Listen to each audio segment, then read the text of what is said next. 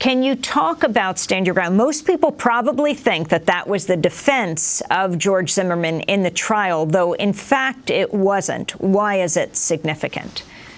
Well, even though the defense in the Zimmerman case did not ask for the legal grant of immunity that law would have potentially given him, the fact is that the NRA, through changing that law in Florida, through getting stand your ground enacted in Florida in 2005, got the jury instructions changed. And so even though it's popular wisdom to say that that law was not at issue in this case, in fact, it was, because the exact instruction to the jury was that Zimmerman had no duty to retreat and had a right to stand his ground and meet force with force, including deadly force. That's a direct quote from the jury instructions.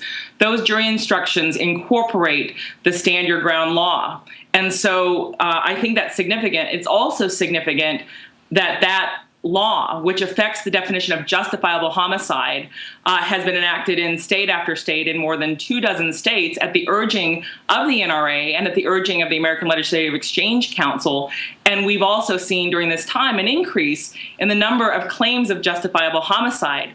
But that's not all the law does. That law, which was secretly voted on at a closed-door meeting in Texas in 2005, after it passed in Florida, ratified by an ALEC committee that was headed by Walmart, who's the largest seller of ammunition in the country, retail ammunition in the world.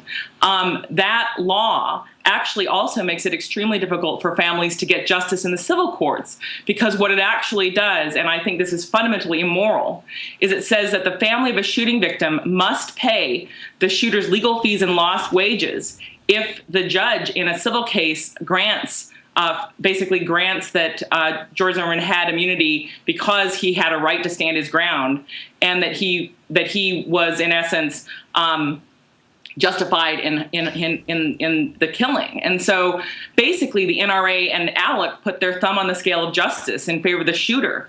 The notion that a grieving family would be required to pay the killer of their child if they don't prevail in that civil suit, if the court rules on stand your ground in favor of George Zimmerman, is just astonishing to me. But it already, I think, affected this case, because clearly the jury was instructed that George Zimmerman had a duty to not retreat and had no duty to retreat and had a right to stand his ground. Those are the express words, even though a law enforcement agency urged George Zimmerman to stay in his car and not pursue Trayvon Martin. That night in Florida, one man, in my view, was looking for trouble, and one kid was just looking for home.